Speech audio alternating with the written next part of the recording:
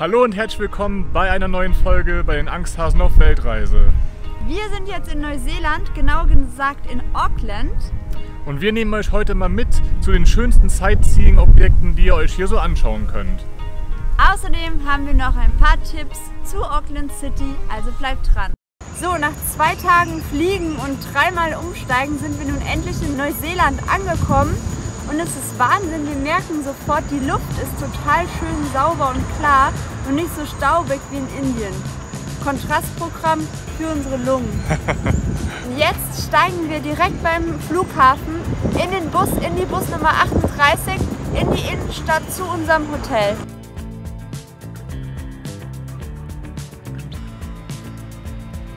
Herzlich willkommen in Auckland, New Zealand, im Sudima Hotel. Gott sei Dank angekommen. Wohl noch Zeit. Wo liegt das Hotel? Nicht weit weg vom Flughafen. Das ist eigentlich ein Flughafenhotel. 2 Stationen mit der 38 in Richtung Innenstadt. Aber wir sind jetzt super happy, weil wir jetzt 2 Tage unterwegs sind. Habt ihr gesehen, gestern haben wir im Flughafen geschlafen, so ein bisschen. War gar nicht so schlecht, aber jetzt natürlich, endlich sind wir da. Natürlich cool. Und hier wartet schon jemand auf uns. Wer wartet denn hier auf uns? Dusche. Ach so, ja. Alles sehr, sehr, sehr sauber. Wir sind jetzt von unserem Hotel zum Eingang des Mount Eden Parks gegangen und wir wandern mal da hoch. Los geht's.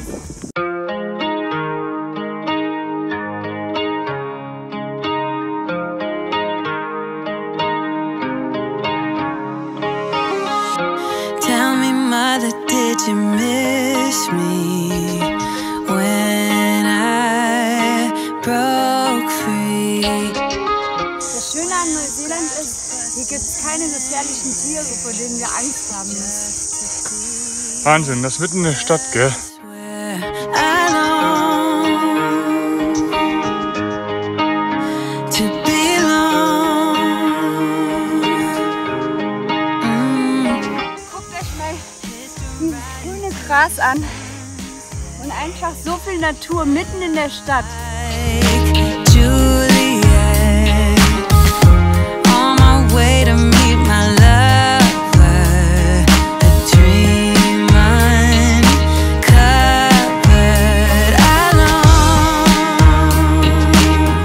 Leute, ich frage gerade euch.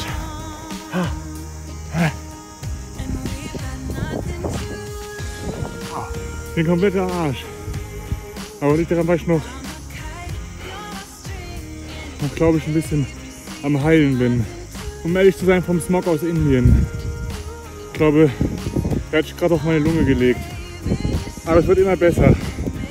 Und schaut euch mal den Ausblick an. Krass. Da hinten ist der Sky Tower. Da gehen wir nachher auch noch hin zum Sky Tower. Und da hinten ist die Harbour Bridge.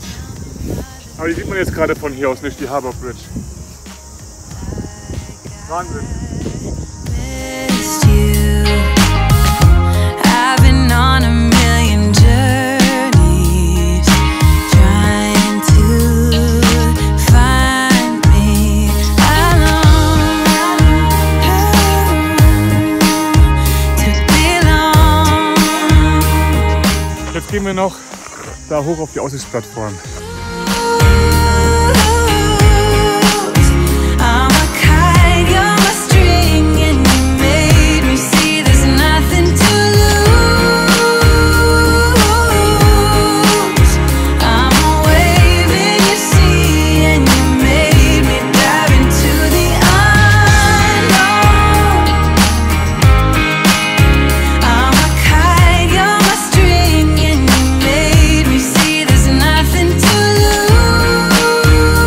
Kann mal die Zuschauer was sie zu der Tasche sagen?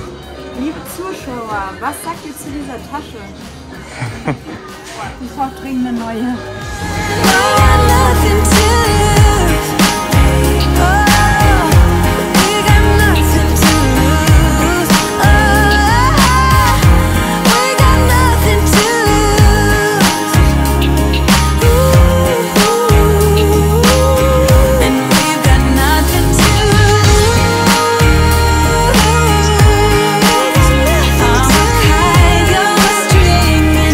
Ja, das ist der Sky Tower.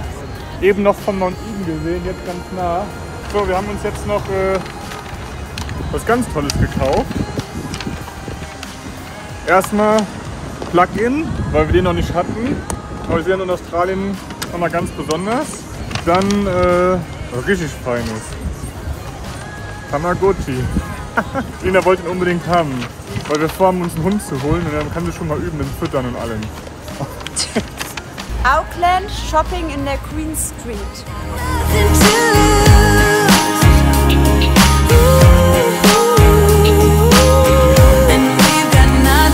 Sollte Alex diesen Hut kaufen, ja oder nein? Also ich finde es nicht schlecht. Nina meint, lieber nicht. Was meint ihr?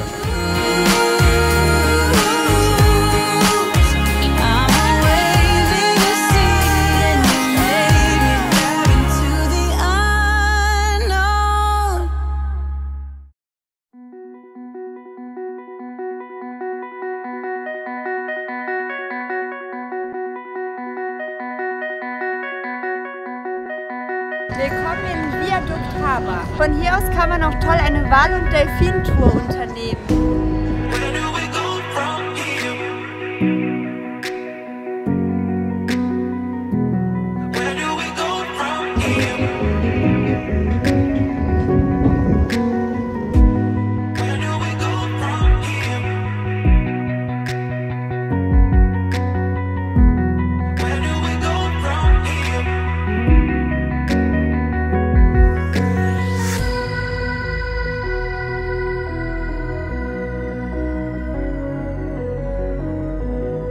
Viadukt Harbour darf man sogar im abgegrenzten Bereich schwimmen gehen, wenn man eine Abkühlung braucht.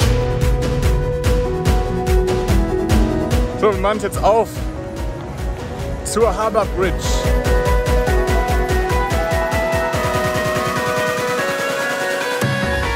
Ja, wir befinden uns jetzt an der Auckland Harbour Bridge. Die wurde 1959 eröffnet, um dem wachsenden Verkehrsaufkommen gerecht zu werden. Sie verbindet die Hauptinnenstadt mit den nördlichen Stadtteilen.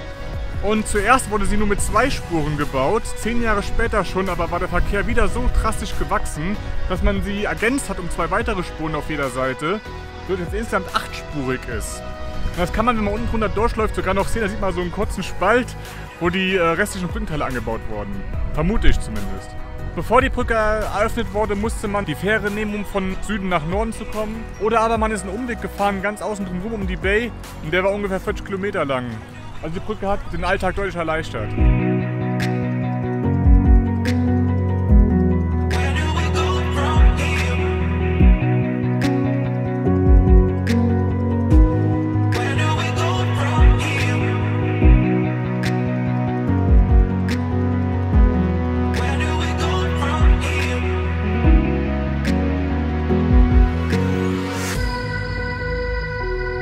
Ja, wenn ihr ein bisschen schneller unterwegs sein wollt, dann gibt es hier die Roller zum Ausleihen, also die City Cruiser.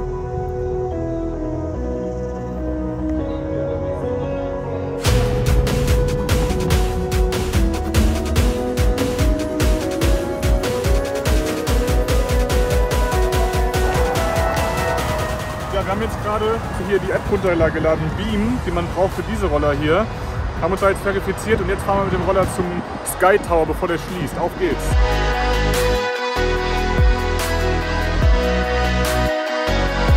Ja, wir sind jetzt von der Harbour Bridge zum Sky Tower gefahren. Vielleicht 3 Kilometer. Das hat jetzt ungefähr 15 € gekostet für den und mich zusammen.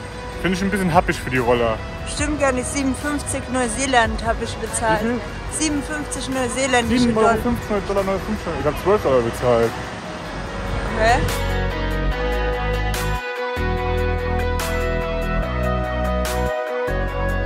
Ja, leider sind wir zu spät. Also die schließen schon eine halbe Stunde vorher den Einlass. Wir haben gedacht, vielleicht schaffen wir es noch, weil wir wollten halt den Sonnenuntergang sehen. Aber leider schließen die halt schon vor Sonnenuntergang. Wenn wir unsere Weiterreise antreten, versuchen wir es dann am letzten Abend nochmal. Hi, ja, wir sind jetzt nochmal umgezogen. Und zwar sind wir jetzt vom Flughafenhotel sozusagen ein bisschen weiter in die Innenstadt gefahren. Mit dem Bus ging das wie gesagt ganz leicht. Das Hotel, in dem wir uns befinden, ist das Quest Mount Eden. Und hier kostet die Nacht ungefähr 120 €. Jedoch haben wir jetzt natürlich ziemlich spät gebucht. Das heißt, wenn ihr mit ein bisschen gewissen Abstand bucht und viel früher bucht, könnt ihr vielleicht einen oder anderen Schnapper machen. Ja, ansonsten hat das Zimmer alles, was man braucht. Eine Küche zur Selbstverpflegung, das heißt, ihr könnt selber für euch kochen. Sogar ein Airconditioner, einen riesen Fernsehen, einen Esstisch und ein tolles Bad. Mit einer Waschmaschine und einem Wäschetrockner. Perfekt für Leute, die selber wo liegt das Hotel? In der Stadt, also bei Mount Eden direkt. Also direkt bei Mount Eden, nicht weit vom Zentrum entfernt, ist eigentlich perfekt. Tolle Lage. Ja.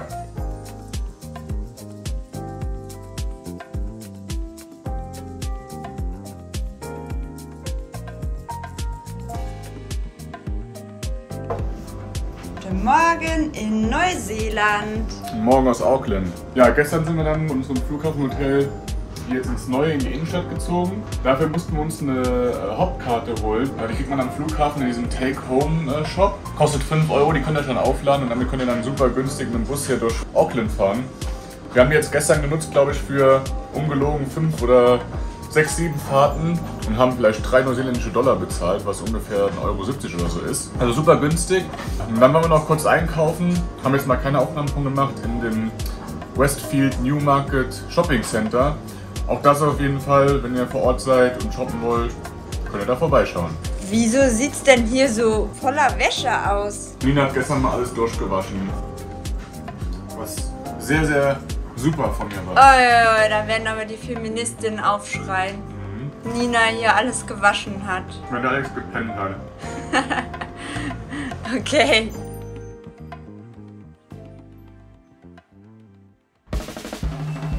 Hallo, hier ist wieder die rasende Reporterin aus dem Cornwall Park in Neuseeland. Mal sehen, was es heute wieder für Schlagzeilen gibt. Hallo, mein Name ist Nina und heute senden wir live aus Irland. Was? Ja, man könnte meinen, wir sind in Irland, war ein kleiner Scherz. Wir sind in Neuseeland, aber ich finde, es hat doch Vergleichspotenzial, oder?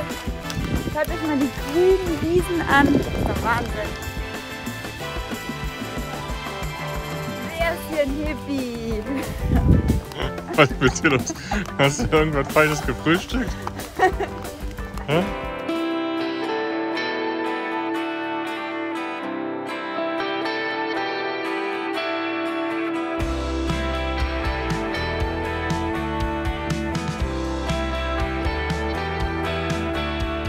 Ich habe mich eben schon gewundert über die Geräusche von den Vögeln und jetzt haben wir gemerkt, hier fliegen Papageien rum.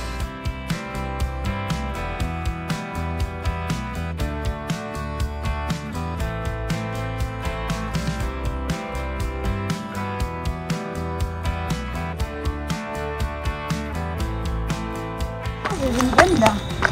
Kennst du die aus Indien? Die laufen auf der Straße rum.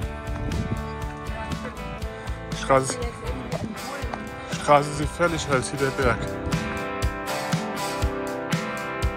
Ja, wir sind jetzt im Cornwall Park und wir klettern jetzt hoch auf dem Maunga Kiki oder auch One Tree Hill. Der sieht zumindest nicht so steil aus wie der Mount Eden, aber wir werden herausfinden. Auf geht's! Okay.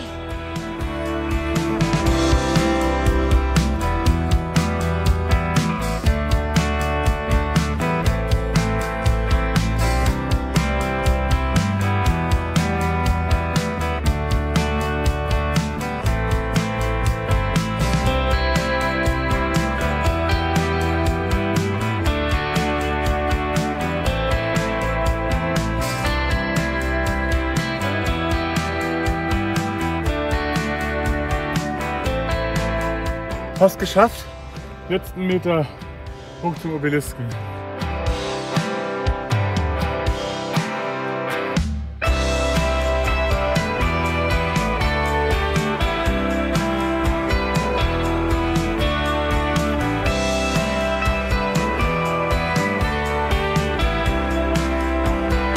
Vom Maunga Kiki oder auch One Tree Hill genannt, hat man einen sagenhaften Blick auf ganz Auckland. Schaut doch selber.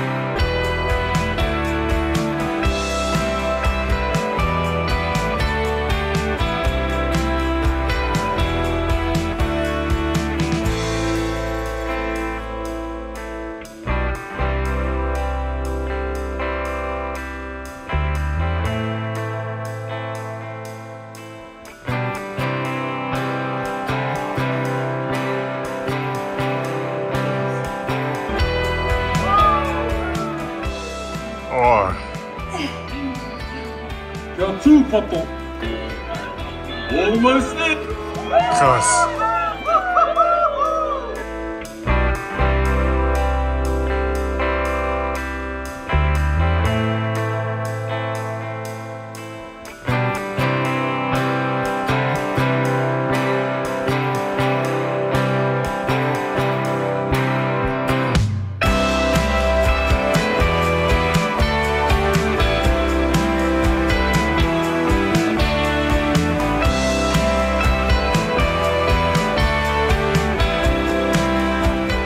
Ja, der Eintritt in das Museum beträgt 28 neuseeländische Dollar, das sind ungefähr 16 Euro.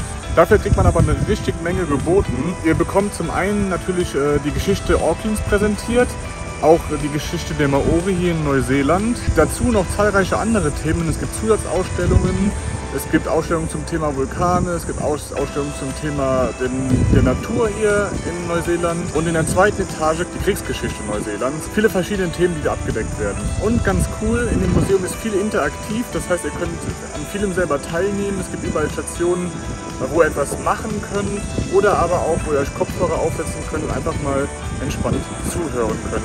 Ja, und wem die Kopfhörer vor Ort nicht reichen, der kann auch sein Handy mitbringen. An vielen verschiedenen Objekten gibt es QR-Codes und dann kann man den QR-Code scannen und bekommt dann sozusagen einen Audioguide aufs Handy, der einem nochmal mehr über die Ausstellungsstücke erklärt.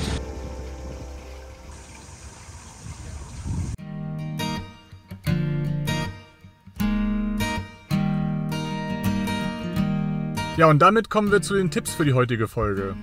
Ja, Tipp Nummer 1. Wenn ihr in Auckland ankommt, kauft euch direkt im Supermarkt eine Busfahrkarte, die heißt AT-Hop-Karte, die kriegt ihr im Take-Home-Shop im Flughafenterminal. Ja, und damit könnt ihr ab dem Flughafen sofort in den Bus steigen, zu einem Hotel fahren oder wo ihr auch immer hin wollt in die Innenstadt und für wenig Geld unterwegs sein. Eine Sache gibt es zu beachten, die Karte kostet 5 Dollar. Das heißt, die müsst ihr nochmal oben drauf rechnen. Wir haben jetzt 20 Dollar aufgeladen und sind damit 2 Tage lang locker klargekommen, haben sogar jetzt noch über 10 Dollar drauf, also 11 Dollar irgendwas. Zweiter Tipp, wir waren ja im Museum gewesen in Auckland und da hat uns eine liebe Frau in der Rezeption angeboten, wenn es doch zu spät werden würde, dass wir uns einen Stempel holen sollen, dass wir vielleicht am nächsten Tag nochmal reinkommen würden. Das hat sie netterweise gesagt. Ich weiß nicht, ob das ein allgemeingültiger Tipp ist, aber ihr könnt ja mal fragen, wenn euch das passieren sollte, dass ihr noch mehr Zeit braucht, weil das Museum so vielfältig ist, könnt ihr ja mal lieb fragen, ob ihr vielleicht am nächsten Tag nochmal reinkommen dürft. Morgen geht's los auf den Roadtrip. Unser letztes Essen in der behüteten Umgebung im Hotelzimmer. Wir lassen es jetzt nochmal richtig schmecken. Wir haben uns jetzt nochmal ein Thailändisch geholt. Das rotes Curry mit Tofu. Wir sehen uns dann morgen zum Beginn des Roadtrips.